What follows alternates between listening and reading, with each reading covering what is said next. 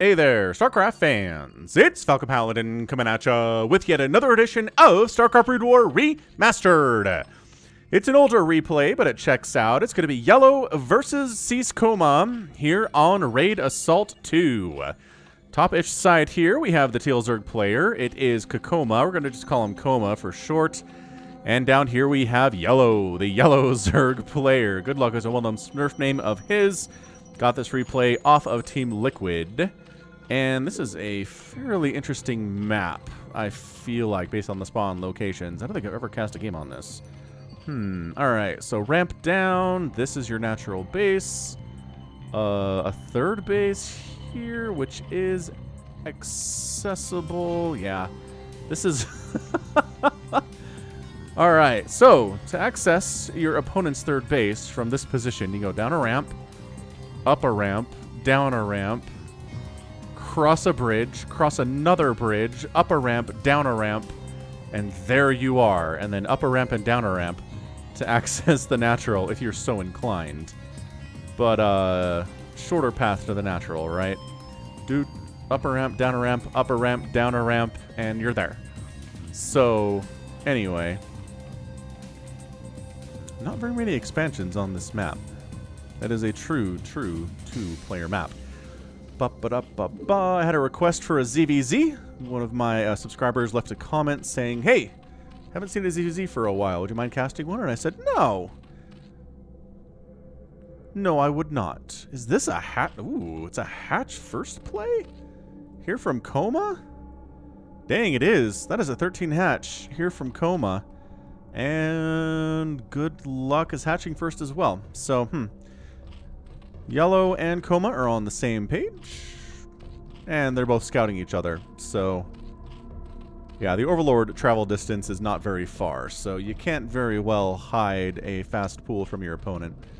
So, hey, might as well expand first. Make it something of a macro game.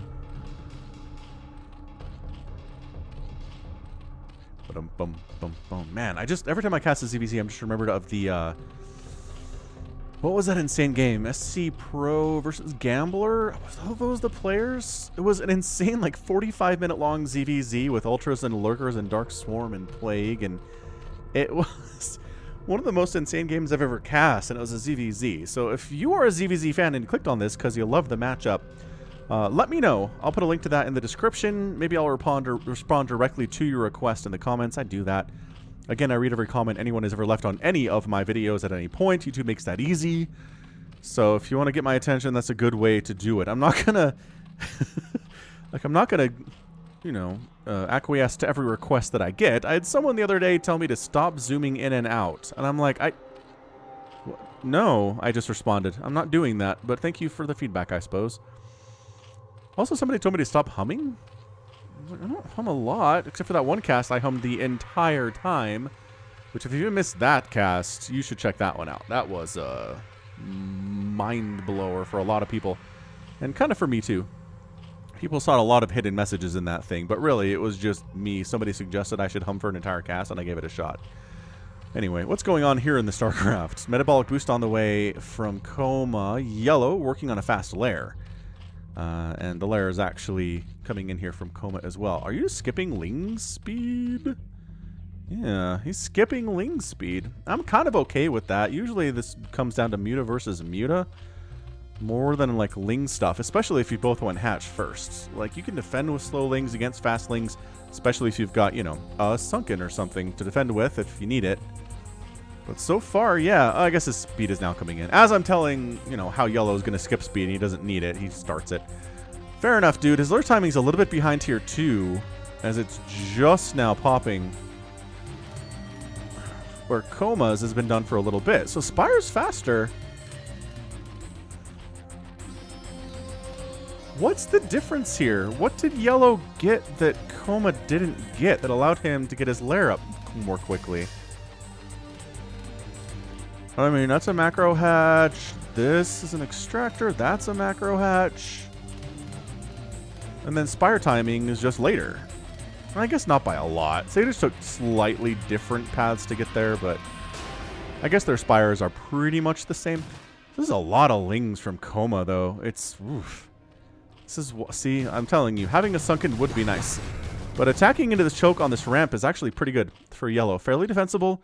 This is a lot more lings. Why does it feel like a ton more zerglings? Is it? Count. That's 12, 13, 14, 15, 16, 17, 18, 19. And 12, 13, 14, 15. Yeah, it's only 15 to 19. But defender's advantage is real. So yellow should be able to defend on this ramp pretty easily. It's more of a contain that's happening here from CCoMa. And he is sneaking around this back way, which yellow knows about. And he's sneaking around this way too.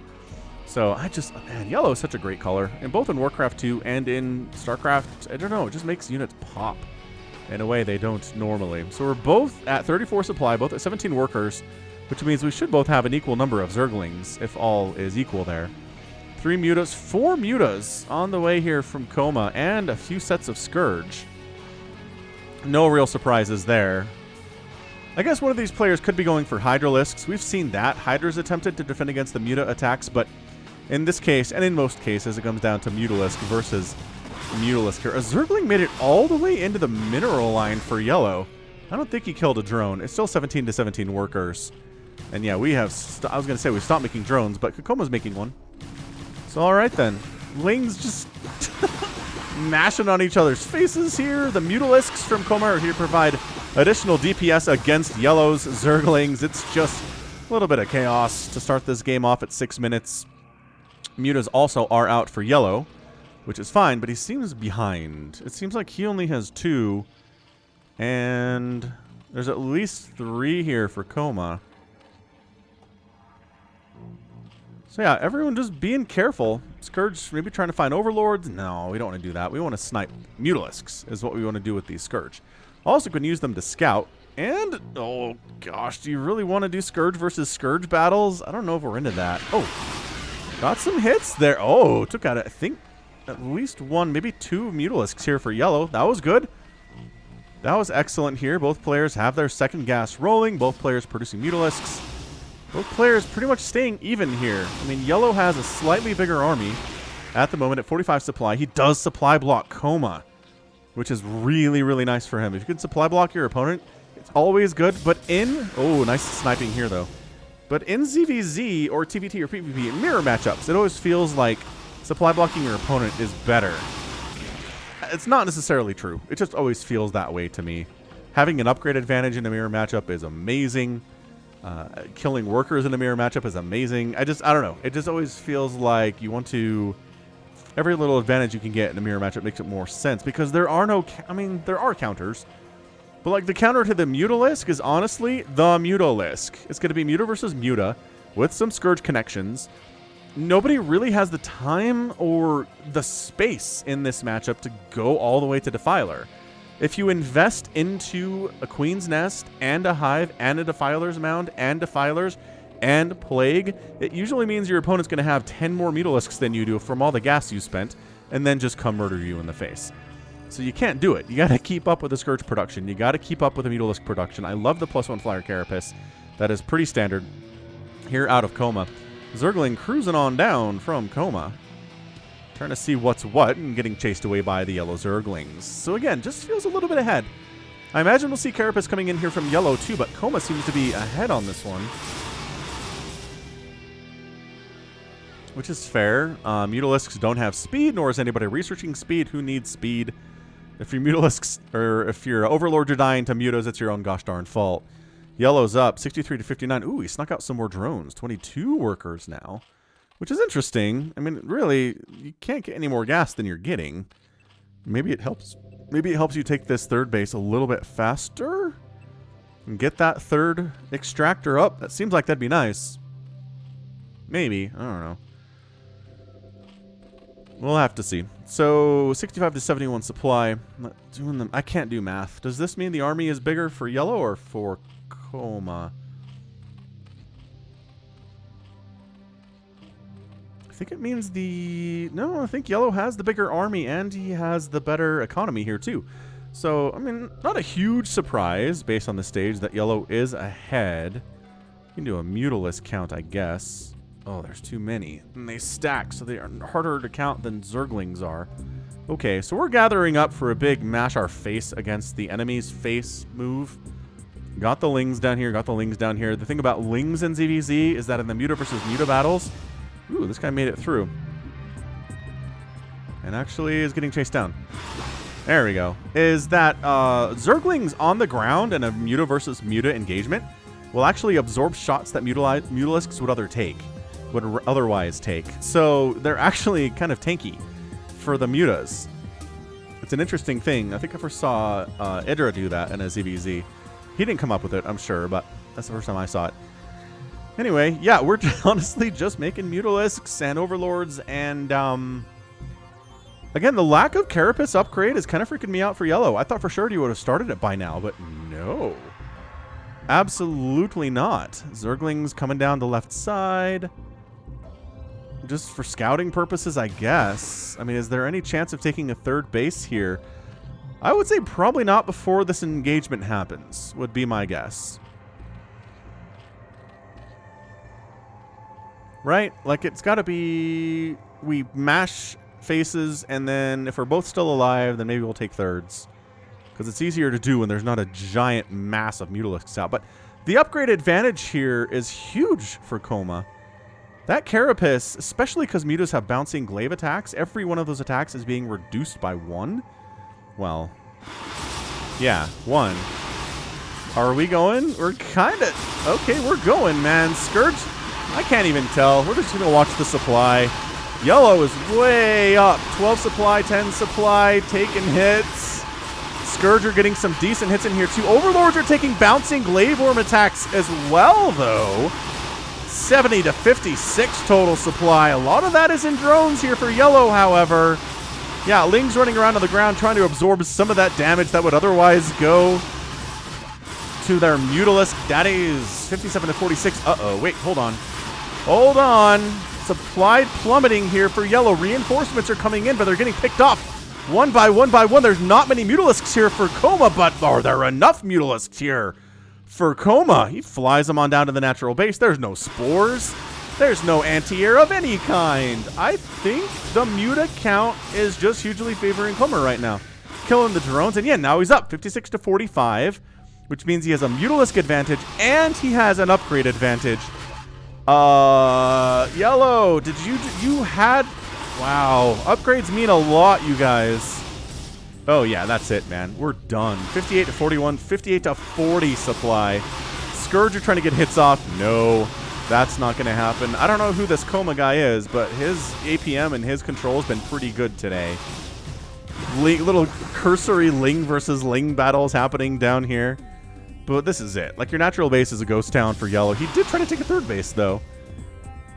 Maybe that was part of the problem. He droned up too hard, tried to go for a third base, skipped Carapace, and when the engagement was forced upon him, he wasn't prepared. He didn't have enough. He didn't have enough. He didn't have good enough upgrades. I do wonder how much of a difference a single spore would have made in that engagement. I really do.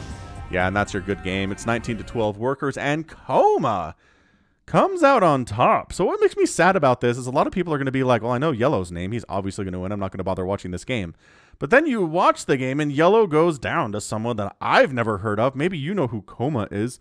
CCoMa. Maybe he's someone who's been around back in Yellow's day, who was an amazing Zerg player, and then he retired. I did a search on the Smurf list for CCoMa. Couldn't find anything. I did a Smurf check for Cafe. That actually came up as Scan, which I don't think tracks. Scan is a Terran player.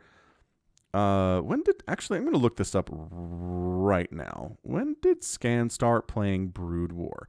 Liquipedia has some information for me. He's 27 years old. Oh, so he's a little bit older. Oh, he started playing around 2003. Well, all right then. So he did go widely unnoticed.